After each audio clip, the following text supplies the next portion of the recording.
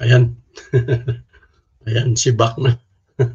Ah, mga kaigsunan, mga kababayan. Ah, noong March 13, 'no? Pero bago tayo magsimula, subscribe muna, ano? Paki-subscribe, paki-pindot nung notification bell, 'no? Para lagi kang, mauuna kapag, mayroon tayong, bagong vlog, 'no? Mayroon tayong video post, 'no? At, siyempre tapusin niyo mga kaigsunan, 'no, mga kababayan, yung aking, video. Walang bibitaw hangga't hindi matapos. So ito na nga 'no, ah, kumusta pala? Ay magandang araw pala sa lahat 'no, Visayas, Mindanao, ug, sa Luzon 'no. Kumusta kayong lahat 'no? So ito na nga 'no, nung March 13 'no, ayan yung vlog ko 'no. Sinabi ko diyan, pulis patula, paniguradong masisibak 'no, paniguradong masisibak ito 'no. Ang tinutukoy ko ay itong si Francis Pontillas 'no. May FB account 'yan 'no, at, grabe ang ipinagtataka ko 'no, nung kasagsagan nung mga paghuli kay Duterte.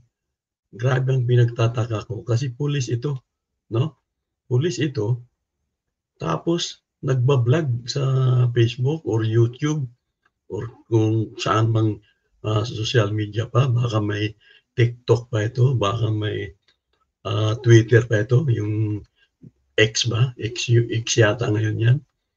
So, nagbigay ako ng, komento 'no, na sabi ko nga dapat mag-ingat ito o tumigil siya 'no, kasi panigurado masisibak siya 'no.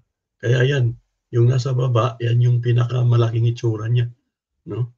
Kaya sabi ko diyan, siya yung pulis na nagbanta sa Interpol at, sa ICC. So lakihan natin 'tong, lakihan natin itong,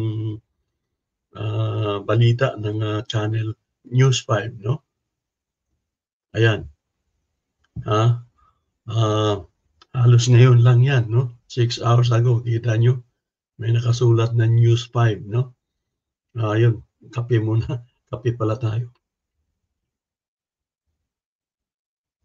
Nababasa niyo ba 'no? Sabi diyan, sinampahan ng Quezon City Police District 'no, so yung QCPD ng kasong inciting to sedition, ah, inciting to sedition, mabigat-bigat 'yan 'no. Itong, pulis mismo nila na si Patrolman Francis Steve Pontillas 'no, dahil sa paglabag sa Article 142 ng Revised Penal Code na may kaugnayan sa Republic Act number 101/75 o Cybercrime Prevention Act 'no.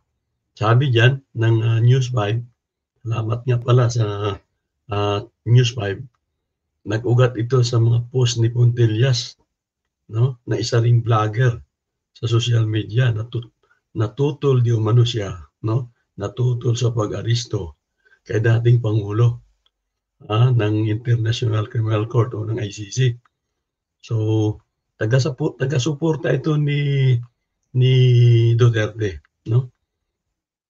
Philippine National Police officer shall remain a political and non-partisan at all times, and we must refrain from posting unauthorized and biased content in social media and other communication platform, saad ng QCPD. Sa Facebook ngayong Lunes, March 17, ano na diyan, March 18 na diyan 'no. So, bago pa siya kinasuhan, napag-alaman na siya ay absent without official leave. Walang iya.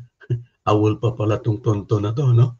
So, ang problema talagang malaki dito, mga kababayan ano, ang dami kasing, magpahanggang ngayon, sa totoo lang, ang dami pang mga remnants 'no, yung mga tira mga tira maging sa AFP, alam ko na nararamdaman ko kahit sa PNP, mayroon pa diyang mga remnants, yung mga tirang, panatiko pa 'no, ni Duterte.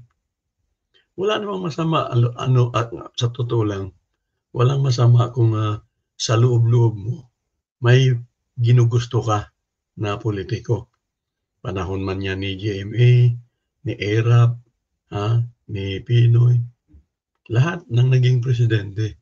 Walang problema diyan, pero may tinatawag kasing, etiquette, yung parang kaugalian o parang, mandato ng, PNP at AFP na non-partisan kayo, non-political, non-partisan kayo. Ang ibig sabihin, hindi mo ihahayag sa publiko, yung lantarang paghahayag sa publiko na ikaw ay sumusuporta kay ganitong, politiko, ganitong leader. Wala kang tanging sasabihin kung hindi ang pagprotekta sa mamamayan, sa konstitusyon ng, Pilipinas at sa ating teritoryo, 'no? Yung mga kaaway ng, bansa, yun ang tanging mo lang, babantayan at, protektahan mo ang, mamamayan laban sa kanila, 'no? So, biruin mo, 'yan, yang taong 'yan, ang pangalan ng kanyang, Steve ba yun, Ponce Steve Vlogs, ang lakas pa ng loob, 'no? Ang lakas pa ng loob. Kaya dapat ito talaga sibakin na, 'no? Ayan, sinibak na nga, pasalamat tayo diyan, kasi ayaw kasi natin nung, alam niyo, magiging banta ang mga taong ito, 'no? Hindi lang ngayon, 'no? Kung ganito ang kanilang mga kaisipan, hindi sila sumusunod dun sa tinatawag na non-political, non-partisan dapat ang kanilang quote unquote organisasyon, ay palagi na lang ganitong mangyayari na mayroong nasa uniforme na hayagan, 'no? Hayagang magdidepensa, magpoprotekta sa mga leader na kahit may kriminal, ano na, o may ginawa ng, kabulastugan o kriminalidad, ha? Biruin mo, buti nga ito nahuli dahil ay isinapubliko niya yung kanyang, katarantaduhan, mga kababayan, tarantado ano? Hamunin natin yung iba pa, 'no? Ang daming naglabasan nung mga pitsang, 14, 12, 13, 'no? Na di umano ayaw na nilang isuot yung kanilang uniforme, ibabalik na daw nila yung kanilang tsapa. Kung anong klaseng mga pulis ito? Anong klaseng mga military ito? Ha? Hindi nila alam yung, no political, non-partisan dapat na pag, na ano nila, stand nila, ha? Wala sa uulitin ko ano, walang problema kung mayroon kayong, ginugusto, pero yan ay hindi niyo puwedeng isapubliko. Sa pamilya niyo, sabihin niyo puwede yan. Pero yung, ah, maglalagay ka ng mga karatula diyan, magsasalita ka sa TV, magsasalita ka sa social media na pinapaboran mo at oh, come on, 'di ba? Bawal 'yan, 'no? So itong, loko-lokong ito, 'no, itong si, Steve, something like that, Bontillas, ano ba 'yun, balikan natin, 'yan, Francis Steve Bontillas, hindi 'yan ano, hindi 'yan gawa-gawa lang natin. Lumabas na sa News 5, sinibak na, 'no, at may kasong, tawag nito, may kasong, inciting to sedition, 'no. So, bantakin niyo, 'yan, 'no, pinalaki ko. Tingnan niyo yung kanyang, ipinost sa Facebook kung hindi ako nagkamali. Kaya nagkaroon nga ako ng kopya, no? Basahin niyo, no? Basahin niyo kung gaano ka irresponsable, kung gaano ka walang hiya. Tingnan niyo, basahin ko. To ICC and Interpol, don't even lay your finger on our Tatay Digong. Or else, we will start the war.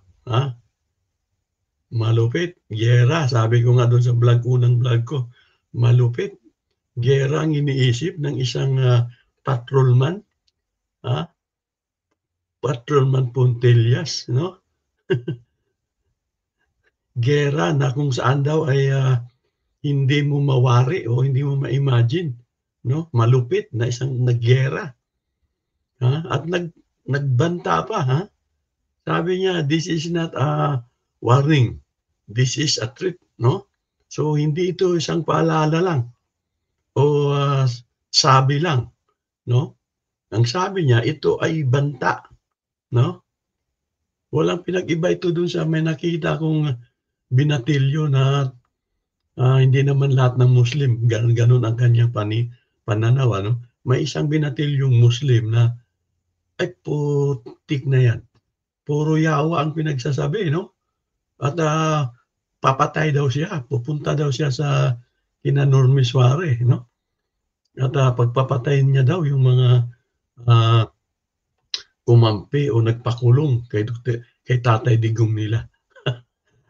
Matindi. Matindi. Iyon, hayaan na muna natin yun kasi civilian yun. No? At walang kalam-alam. Siguro mga 17 years old lang yun. No?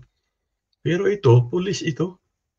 Kaya wala ba siyang alam? No? Wala ba siyang alam na bawal yung kanyang ginagawa? No? At ganun pa man, pasalamat tayo, no? Na dahil may social media account siya, sa kawalan niya na siguro ng pag-iisip, ng tamang pag-iisip, dadala na siya ng kanyang emosyon at lumabas yung totoong pagkatao niya, no? Ano to? Posibleng maging butcher to ng mga susunod na leader kung sakaling hindi ito makasuhan at masibak, no? Dahil tandaan nyo, ang mga taong may armas, binibigyan ng gobyerno o ng ating mga institusyong pang-depensa ng armas, tapos magiging panatiko ng isang politiko. Kaya ba, susunod ito sa lahat ng iuutos. Kaya kung may utak kriminal na naman yung kanyang hahangaan, o nila, yung mga iba pa dyan na nagtatago, ano? Na may ganitong pag-uugali, ay malamang magiging tagakatay ito ng mga kalaban ng kanilang among politiko o ng kanilang iniidolong politiko. No? Yun nga yung ayaw nating mangyari, di ba? Kasi ang tungkulin lang ay bantayan na mapatupad yung konstitusyon ng isang bansa o ng Pilipinas. Bantayan ang taong bayan, no? Protektahan ang taong bayan at ng ating mga teritoryo laban sa mga panlabas at panloob na kaaway, no? Hindi ka dapat magiging anatiko sa isang politiko, sa isang leader. Taong bayan ang paglilingkuran mo, no? Pinipili nila yung pagiging makasarili, ano? Ito ba'y may kapalit na suhol, Mr. Pontillas, Steve, ulitin ko, no? Francis Steve Pontillas. Nakakahiya ka, boy, no? Nakakahiya ka sa angkan mo, no? Naging pulis ka, hindi mo alam yung mga dapat stand, magiging posisyon, magiging tawag nito, magiging patnubay ninyo. patnubay ninyo bilang police, bilang nasa AFP o sa military man, no? So, yan yun, no? So, nasibak na, no? Nasibak na ang taong ito. At ang hindi maganda sa binitawan niya, biruin mo. Sa ICC, wala tayong ipagpalagay na lang natin na korte yan, International Court, kung minura niya man o babantaan niya man yung ICC, hindi gaano nating pwedeng pagbigyan siya. Pero yung Interpol, hindi niya ba alam na ang Interpol is kabaro niya? Nagkataon lang na international police. So, ibig sabihin, may mga miyembro yung iba't ibang bansa. Iba't ibang bansa, yung kanilang kapulisan, ay miyembro ng Interpolice, International Police. Biruin mo, mismo yung ating PNP ay mayroon ding tie-up sa International Police. Tapos itong isang taong ito, pagbabantaan yung Interpol, yung International Police, di para na rin niyang sinasabi na maaari niyang barilin o patayin si General Torre. Dahil si General Torre is may ugnayan o mayroong, kumbaga, bang tawag niyan, yung mga yung kasunduan ng iba't ibang bansa, kasunduan ng iba't ibang kapulisan sa buong mundo. Biruin mo, don't even lay your fingers on our Tatay Digong. Ay, buisit na yan, no? Biruin mo, di pwede pala niyang pagbabarilin yung mga kapwa niya pulis na humuli o nag-assist doon sa warrant of arrest na galing ng Interpol. Aba, ano ba to? Loko-loko yata itong pulis na to, no? So, yun lang mga kaibigan, no? Pasalamat tayo na nakasuhan ito. Nalaman natin yung kanyang totoong pag-uugali, no? Tandaan niyo, doon pa sa iba kong mga vlog, no? Paulit-ulit kong sinasabi, itong pangyayaring ito sa panahon ni Duterte, paghuli sa kanya, pakatandaan natin, no? Gaano man siya kabait, no? Gaano man siya kagaling, ipagpalagay na lang natin na para sa inyo, magaling siya, mabait siya, na disiplina yung Pilipinas. Marami siya nagawa, no? Kahit may korupsyon, sabihin na lang natin wala siyang korupsyon, no? Hindi tayo ginago nung panahon ng COVID na ni-lockdown tayo, na samantalang yung ibang mga bansa wala namang lockdown. Pero wag na nating questionin yun. Ipagpalagay na lang nating mabuti lahat ang kanyang ginawa. Pero tandaan nyo,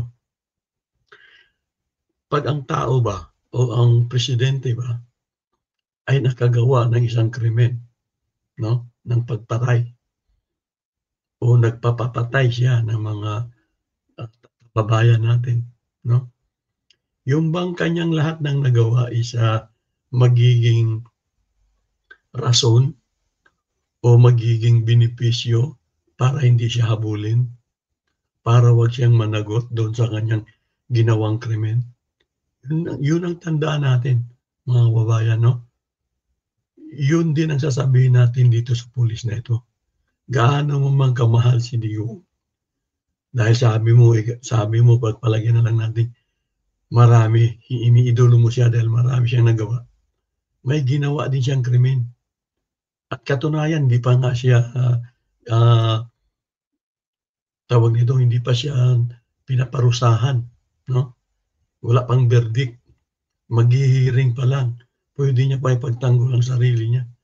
At kung wala talaga siyang kasalanan, pwede pa siyang makalaya. Pero ganyan na yung pag-ugali niyo. Ayaw niyo na dalhin siya sa korte. Ipinipilit niyo na mabuti, magaling, maraming ginawa. Sana yung utak natin, no? Sana yung utak natin, no? Na nag-aral pa man din tayo. At alam natin na dapat pag may ginawa kang krimen, mababaliwala yung mga kabutihang ginawa mo. Kaya nga dapat mag-ingat tayong lahat na hindi makagawa ng kriminalidad. Dahil hindi naman pwedeng kung mabait ka, ay tapos may nagawa kang kasalanan, ay hindi mo na pagbabayaran yung kasalanan mo. Hindi pwede yun. Hindi yun makatao. Ano? Hindi yun, ah, hindi yun pagmamahal sa kapwa. No? Nang aagrabyado ka, kahit pa nagbigay ka ng magandang, nagmimigay ka ng pera dyan, no? Hindi pwedeng ligtas ka na kung may krimen kang ginawa. So yun, no? Binalita lang natin na nasibak na, no? Nasibak na yung taong ito, yung pulis na ito. Okay, maraming salamat at salamat sa tinapos niyo ang video.